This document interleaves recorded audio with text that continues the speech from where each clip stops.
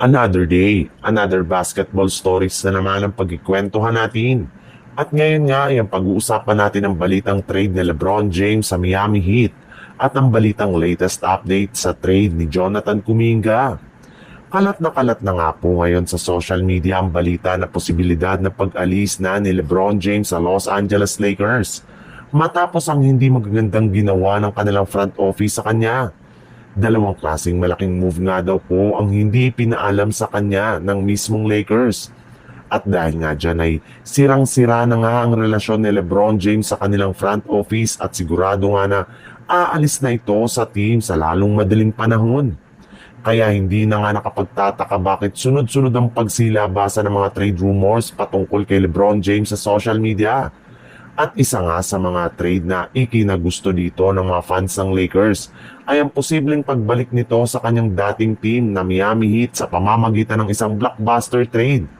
Bali dito nga ay makukuha ng Miami Heat si LeBron James habang ang Los Angeles Lakers naman ay makukuha dito si Bam Adebayo na maaari nilang itandem kina Luka Doncic, Austin Reeves at DeAndre Ayton.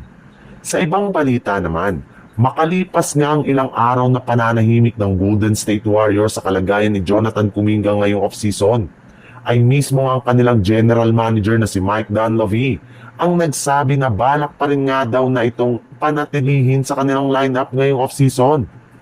Kita rin naman nga po ninyo na simula nang mawala noon si Curry sa nag-step up na nga sa kanilang lineup si Kuminga, kaya wala silang plano na tanggalin ito sa kanilang lineup.